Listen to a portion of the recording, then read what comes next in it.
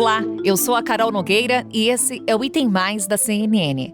A eleição para definir o próximo presidente do Chile traz uma disputa entre duas propostas políticas completamente antagônicas. De um lado, uma candidatura de esquerda. De outro, uma de extrema-direita. Depois do primeiro turno do último domingo, a definição ficou para 19 de dezembro.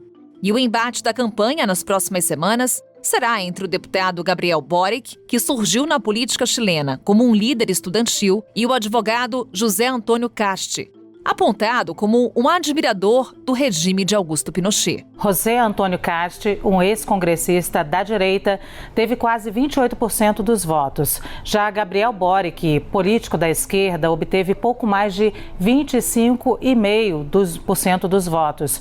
Será o segundo turno mais polarizado da história do Chile desde a redemocratização do país na década de 90. Em meio a protestos por melhorias na qualidade de vida, as eleições são marcadas também por polêmicas envolvendo o combate à criminalidade e à imigração. Comparado ao presidente Jair Bolsonaro e ao ex-presidente Donald Trump, José Antônio Casti é conhecido pela posição linha dura em relação a criminosos e chegou a fazer elogios ao legado econômico do ditador chileno Augusto Pinochet. Já Boric tem 35 anos e tem uma agenda voltada para a proteção ambiental e os direitos de indígenas. O segundo turno das eleições chilenas acontece no dia 19 de dezembro. O cenário do segundo turno no Chile sinaliza a presença de um fenômeno político cada vez mais frequente, o da polarização. Desde o fim do regime de Pinochet, nos anos 90, o Chile viveu uma alternância de poder entre governos de centro-direita e centro-esquerda, incluindo 2 mandatos de Piñera, o atual presidente, e as gestões de Michelle Bachelet e Ricardo Lagos. Mas o quadro de polarização deste ano parece indicar um esgotamento do modelo político no país. Em meio a um processo de crise econômica agravado pela pandemia e uma piora nos índices de qualidade de vida, a população chilena se mobiliza em torno de um discurso mais radical. A instabilidade no Chile tem se agravado desde 2019, quando protestos contra o aumento da tarifa do metrô na capital, Santiago, desencadearam manifestações generalizadas no país. Diante da pressão, o governo tomou uma das mais importantes decisões políticas da última década. Convocou um plebiscito para uma reforma constitucional. 80% dos eleitores decidiram substituir a atual Constituição, escrita durante a ditadura de Pinochet, por uma nova Carta Magna. Essa nova Constituição está sendo elaborada por uma Assembleia Constituinte eleita em maio. O atual processo das eleições presidenciais no Chile ainda traz uma outra peculiaridade. Ele ocorre poucas semanas após o presidente Sebastián Piñera ter sobrevivido a um pedido de impeachment. A coisa chegou nesse ponto após a revelação nos Pandora Papers de uma negociação de compra e venda de uma mineradora chamada Dominga, que pertencia à família do Sebastián Piñera. Essa empresa fechou em 2010, mas descobriu-se que uma das condições para a última parcela do pagamento dessa empresa era que não fosse declarada uma área de proteção ambiental na zona de operação dessa mineradora. Isso, claro, gerou muita insatisfação. O Chile já vem de um processo de crise política desde a explosão de protestos em 2019 e agora com a aprovação da Assembleia Constituinte, e aí decidiram apresentar uma acusação constitucional contra o presidente.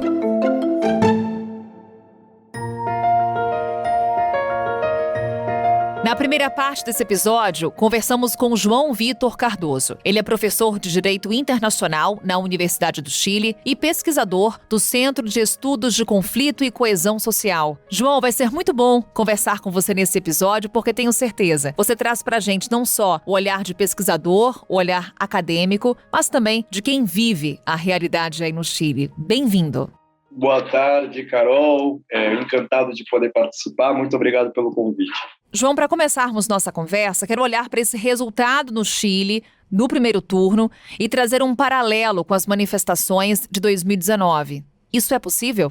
Bom, Carol, eu diria que dialoga de uma maneira que poderia representar a continuidade daquele processo político ou fim desse processo político, que é como esse fenômeno que ficou chamado aqui no Chile de estalo social, né? Estallido social, que é um processo político, um fenômeno que começa em outubro de 2019, por isso também é chamado como outubrismo aqui, que está associado com a crise do modelo socioeconômico estabelecido pela ditadura através da Constituição de 1980 e a consequente emergência de diversos movimentos sociais que eclodem, buscando minimizar exatamente os efeitos desse modelo, sobretudo no acesso a bens essenciais aqui no Chile, né? Enfim, é importante entender que antes desse estalo, dessa eclosão social, o Chile viveu 2 décadas em que a cidadania pôde fazer novas exigências políticas que as instituições não foram capazes de processar. Apesar do crescimento econômico, de fato, 45% da população vivia na pobreza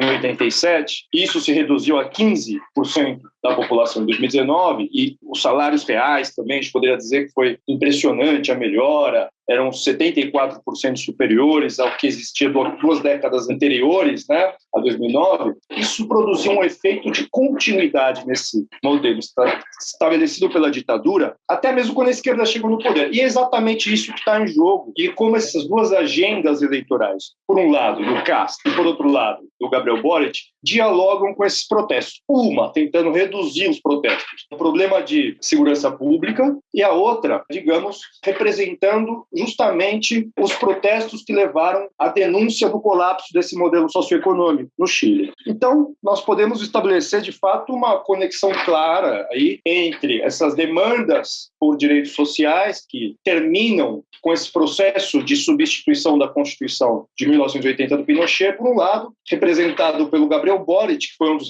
responsáveis por negociar o acordo político chamado Acordo pela Paz Social e uma Nova Constituição, em 15 de novembro de 2019, que foi um dos porta-vozes do plebiscito de 2020, de outubro de 2020, que chamou a população a votar a favor, a aprovar o novo processo constituinte, e, por outro lado, o Castro. Foi, digamos, uma das vozes mais fortes, conclamando a população a votar contra o plebiscito, né? Na opção rechaço nesse caso. Ou seja, João, pelo que você nos relata, te faço uma outra pergunta. Esse novo processo da Constituinte, ele fica ameaçado a depender do resultado do segundo turno? Eu diria que sim. O segundo turno ele pode representar praticamente o fim do processo constituinte, caso, digamos, o candidato aí da ultradireita seja o vencedor. Por outro lado, se, digamos assim, o Gabriel Boric sair vencedor, nem que seja com uma maioria eleitoral mínima, o processo praticamente, já podemos dizer que a Constituição de 80 morreu. Ou seja, é muito o que está em jogo nessa eleição. João, esse movimento de ruptura que você nos descreve também se reflete na ruptura com a política tradicional? Temos partidos de centro-esquerda, centro-direita, que foram os grandes perdedores desse primeiro turno. Sai a política tradicional que governou o país desde a redemocratização e entram partidos novos. É uma aversão a essa política tradicional? É a sinalização de um novo ciclo político, justamente sinalizando esse momento de ruptura que o Chile vive? Perfeito, Carol. Você tem razão e acho que, assim, para comentar essa questão, acho que é preciso ver o que houve nos resultados eleitorais do Chile nos últimos anos, né? Depois da ditadura, o que houve é que se estabeleceram 2 grandes coalizões políticas, a Concertación e a Aliança por Chile. A Concertación, que abrangia, que depois se transformaria na Nueva Maioria, que abrange os partidos que vão desde a democracia cristã até o Partido Socialista, e, por outro lado, você tem a Aliança por Chile, que depois se transformaria no Chile Vamos, do presidente Piñera, que abrange os partidos mais tradicionais de direita, né? Como a UDI e a RR. Há 2 grandes reformas no sistema eleitoral chileno que a gente precisa ter em conta para que chegássemos a esse resultado. Um é o fim do sistema binominal, que era um modelo eleitoral definido pela ditadura que incentivava os partidos a formar essas grandes coalizões, que foi abolido aqui no Chile. O segundo fator importante é que, em 2012, o voto passou a ser facultativo no Chile. E, desde então, a tendência de participação eleitoral apresentou uma baixa muito considerável. Ou seja, nas últimas 2 eleições, essa situação foi ainda mais dramática. A Bachelet, em 2013, se elegeu com só 26% dos votos existentes no universo eleitoral e o Piñera com só em 2017, com 27% dos votos. O que ocorre? As chilenas e os chilenos começam um processo de gradual abandono da identificação partidária. Eles chegam à conclusão de que realmente quem ganha as eleições no Chile é 1/3 do eleitorado. Como eu disse, entre 25% e 27% do universo de votantes, é só quem vota é 25%. Então, o eleitorado assim percebeu que ele está dividido, digamos assim, em 3/3.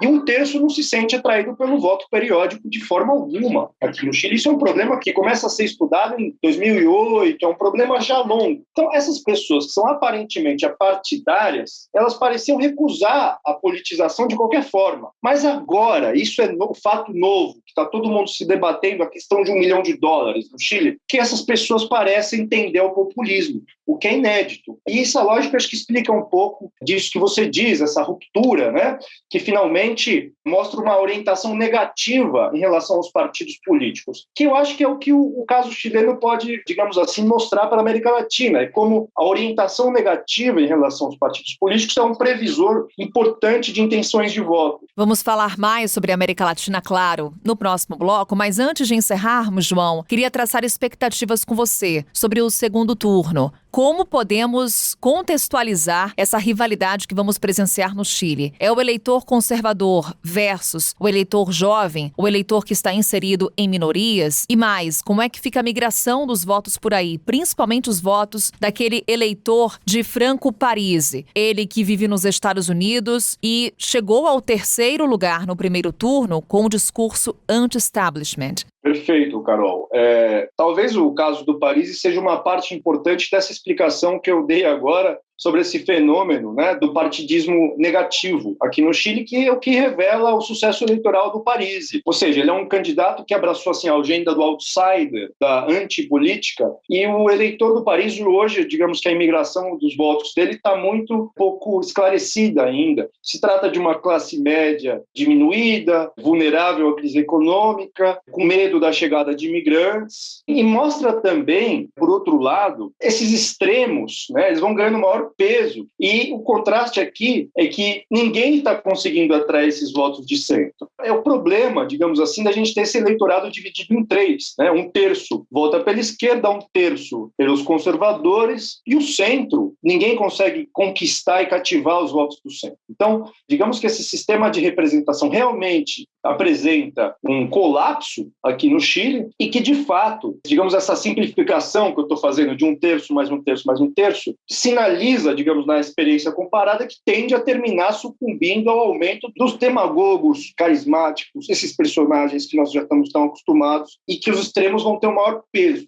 nesse momento. Então, eu diria assim que o contraste até aqui, e que é paradoxal nesse momento, porque o Chile estava justamente discutindo uma mudança no regime presidencial, que é o que gera esse tipo de incentivo perverso, né? Considerando um modelo que tentaria garantir, evitar a possibilidade de que esses extremos tivessem hegemonia no processo político, é justamente isso que está em risco com a eleição, sobretudo do candidato que é contrário ao processo constituinte e que, se vencer o Cast, se eleito, é claro que ele vai pressionar, digamos assim, a Convenção Constituinte para que o presidencialismo siga forte aqui no Chile. E ainda mais, né, digamos assim, nós vamos ter um novo parceiro para o Bolsonaro no Brasil, por exemplo, que tem aí, digamos assim, estratégias eleitorais bem parecidas, existe um certo contágio, né, das agendas, sobretudo essa questão que o CAST busca sempre, digamos assim, reduzir os protestos sociais a uma questão de segurança pública e minimizar os abusos de direitos humanos ocorridos nas ditaduras. Segundo turno, 19 de dezembro, contamos com o seu olhar mais uma vez, hein, João? O convite já está feito. Mais uma vez, obrigada. Obrigado a você,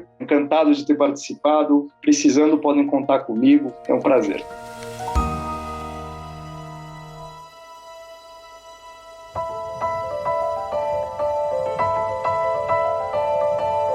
Como prometido, vamos falar mais de América Latina. Porque além das eleições no Chile, outros países também enfrentam um período de definições políticas. No último dia 14, os argentinos foram às urnas para as eleições legislativas. Os resultados representaram uma derrota para o governo do presidente Alberto Fernandes, de centro-esquerda, que passou a ter quase a mesma quantidade de votos na Câmara dos Deputados que a principal frente de oposição. Será a primeira vez desde a redemocratização afirmaram, em 1983, que um presidente peronista vai precisar de aliados no legislativo para conseguir aprovar leis no país. A Argentina também vive um momento econômico delicado, agravado pela pandemia de Covid-19. O cenário inclui inflação alta, com um índice acumulado de mais de 40% neste ano, e uma alta taxa de pobreza, acima de 40%. A economia não cresce há quase 2 anos, e o governo busca um acordo para renegociar uma dívida de 44 bilhões de dólares com credores privados e o FMI.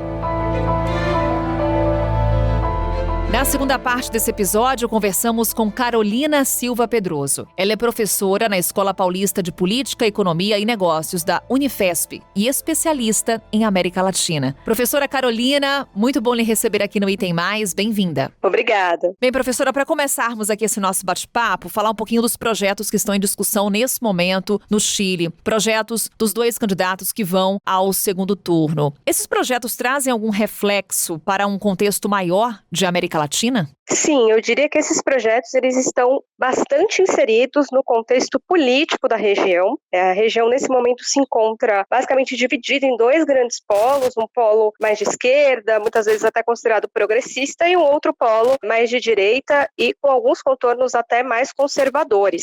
Então, esses 2 projetos, eles se inserem nesse contexto maior. De um lado, no Chile tem o CAST, que se configurou como candidato que traz de volta a herança da ditadura do Pinochet, tentando resgatar aí algumas heranças daquele período histórico, e do outro lado Boric, que representa uma juventude chegando na política com pautas que buscam principalmente a mudança das instituições, uma maior abertura do Estado para questões sociais, para questões indígenas, para questões de gênero. Então são de fato 2 projetos bastante antagônicos. Temos essa sinalização de uma polarização no Chile, uma mudança, uma ruptura da política tradicional. Antes, até então, a política no Chile era dominada por centro-esquerda, centro-direita. Hoje temos a extrema-direita e a esquerda disputando no segundo turno. Na Argentina, eleições legislativas com centro-esquerda perdendo espaço. É possível uma conversa entre o cenário nesses países e, inclusive, traçar um paralelo com o Brasil? Sim, é possível. Isso acontece porque são 3 países muito importantes economicamente para a América do Sul, junto com a Colômbia, são as grandes economias da região, mas são também 3 países especificamente, Brasil, Chile e Argentina, que passaram, do ponto de vista histórico, por ciclos políticos e econômicos praticamente concomitantes. Então nós passamos por um período de ditaduras militares, mais ou menos na mesma época, depois pelos desafios da redemocratização e todos os limites que esse processo demonstrou, e estamos agora vivendo esse momento de grande polarização, que é bastante incomum entre os 3 países. E junto com essa grande polarização vem também uma crise da representatividade democrática, principalmente com os projetos mais tradicionais, com os partidos mais tradicionais, enfim. Isso, inclusive, está sendo mapeado por uma série de pesquisas de opinião na região. Já foi identificado numa pesquisa realizada em 2021 pelo Latino Barômetro que aproximadamente 70% das pessoas na América Latina não se sentem representadas pelos seus respectivos governos. E isso se mostra muito forte nesses 3 países. Isso também que explica essa grande polarização, porque são 2 projetos ali que se apresentam e que de alguma maneira querem ser os responsáveis por conseguir suprir essas necessidades que as populações estão demonstrando. E claro, as diferenças entre eles acabam sendo mais acentuadas justamente porque eles querem se provar como os mais efetivos para trazer essas soluções. Ou seja, é um fenômeno da política latino-americana ou é um fenômeno, professora, ainda maior? Eu diria que são as 2 coisas. Há, na verdade, uma insatisfação global em relação aos limites da democracia representativa e que isso tem levado também uma polarização dos lados no mundo inteiro, mas especificamente na América Latina, esse fenômeno ele tem contornos talvez até mais específicos, porque a América Latina é uma região que tem problemas estruturais de longa data e que não foram resolvidos nem pelo período neoliberal dos anos 90 que os países passaram e nem completamente resolvidos pelo período chamado de Onda Rosa, em que governos de esquerda chegaram ao poder pela primeira vez, democraticamente nos países. Então, Então, essa certa incompletude dos processos, né, essa insatisfação presente na América Latina, ela tem a ver com essa tendência global, mas também tem a ver com esses problemas específicos da região. Por exemplo, a violência. A violência é uma pauta importante na região da América Latina, para a qual a esquerda tem dificuldade de trazer soluções efetivas. Por outro lado, há um outro problema também bastante histórico e estrutural, que são as grandes desigualdades sociais, e para o qual a direita normalmente tem dificuldade de trazer soluções. Então, tudo isso explica esse cenário de polarização. A senhora trouxe uma informação que o eleitor da América Latina não se vê representado nos políticos. Ao mesmo tempo, a gente observa, por exemplo, no Chile, desde 2012, quando o voto deixa de ser obrigatório, por exemplo, uma baixa participação do eleitorado. A gente vive também um processo de negacionismo da política na América Latina? Sim, esse é um processo que não é específico do Chile. Ele é um processo, como eu disse, global também, assim como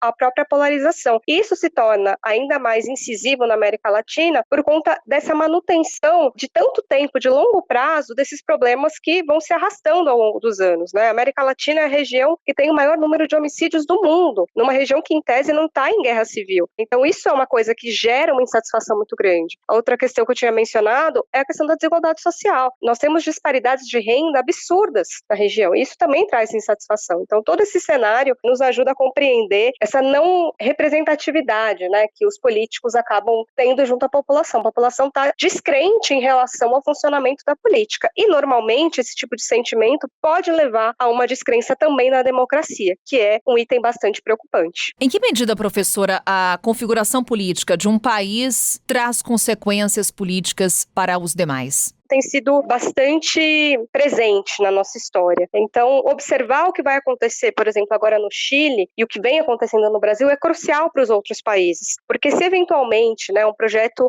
de extrema direita chegar ao poder no Chile, como aconteceu aqui no Brasil, isso pode, a depender dos resultados, servir de incentivo para outros grupos de extrema direita nos outros países. Da mesma maneira, se os resultados não foram tão positivos, isso também vai servir de reflexo para que a oposição ideológica a esse tipo de movimento cresça. Um exemplo que eu acho que é bastante atual, que nos ajuda a compreender um pouco a influência que existe, né, de um país para o outro, é o caso da Venezuela. A Venezuela foi se tornando nos últimos anos o país que os outros países não querem imitar. Há um sentimento latino-americano de que a Venezuela é aquilo que nós não desejamos ser. Nós não queremos chegar no ponto que a Venezuela chegou. Então, a depender do sucesso que cada um desses projetos acaba tendo no seu país específico, isso pode sim ter uma repercussão nos outros movimentos. Seguindo essa mesma linha de raciocínio, professora, o que é a eleição em primeiro turno no Chile, eleições legislativas na Argentina, nos antecipam sobre o Brasil em 2022? Essas duas eleições, elas demonstram, elas consolidam esse sentimento latino-americano que vem se tornando cada vez mais forte nos últimos anos, de dificuldade que as instituições têm, que as democracias latino-americanas têm, de trazer respostas efetivas para suas populações. Diferentes perspectivas ideológicas tentam apresentar ou se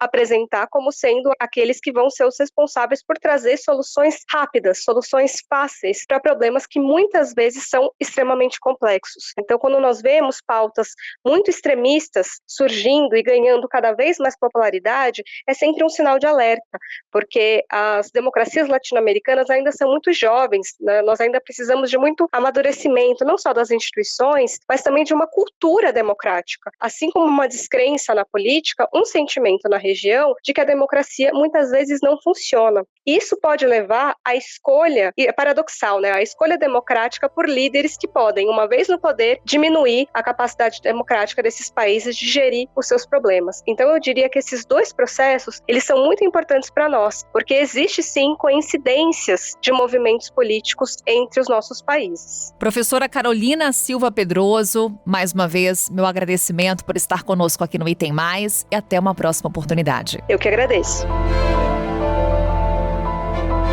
Fenômenos políticos que sempre têm muito mais a serem explorados. Portanto, é tema sempre aqui para o nosso podcast. A gente volta amanhã. Tchau!